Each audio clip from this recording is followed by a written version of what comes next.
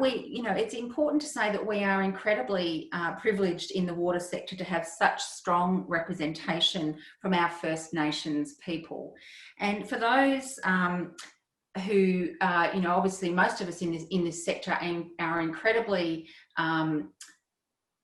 engaged in making sure that we actually tap into the potential and really make our relationships meaningful with our cultural heritage. And for the benefit of the Victorian water sector, I wanted to take a few minutes to share some of your cultural insights relating to a couple of the current issues that we're all experiencing right now. Let's start with, why is it so important to acknowledge our traditional owners in the way that we do? Yeah, great question.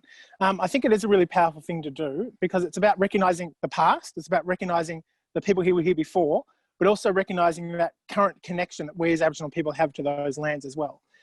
And I think it's particularly important for an area like the water sector, where the nature of how it's been set up, we are very regionally based in all of our areas. And so to be able to actually acknowledge the traditional owners of the lands of which, us as water corporations are representing, I think that's a really powerful thing to be able to do.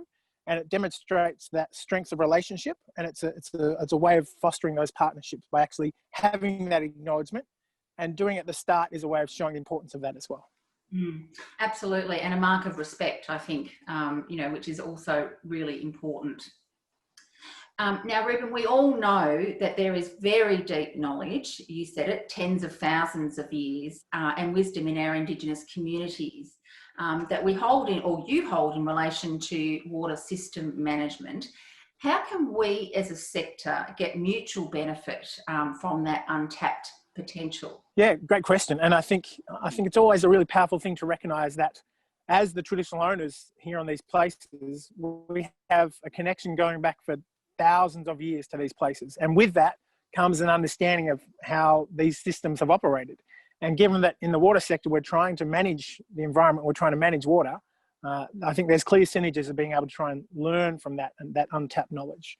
And part of it, I think, is also about, as you said, realising that mutual benefit that comes from it, that there is a mutual benefit for us as water corporations to learn about how things were managed in the past, and to learn about an understanding of the seasons, and to learn about an understanding of the way things were across thousands of years.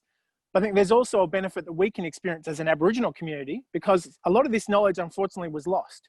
And so we can work in partnership with our water corporations to actually both further the development of that knowledge. And that's a really powerful thing to be able to do. Absolutely. And I think just in terms of, the maintenance, of what we have ahead of us is incredibly important, that we build on that knowledge together to make sure that we're sustainable into the future. Rueben, thank you so much for your time. Our industry is incredibly lucky to have you. So for now, I'm going to say Warwick. Thank you very much, Willock.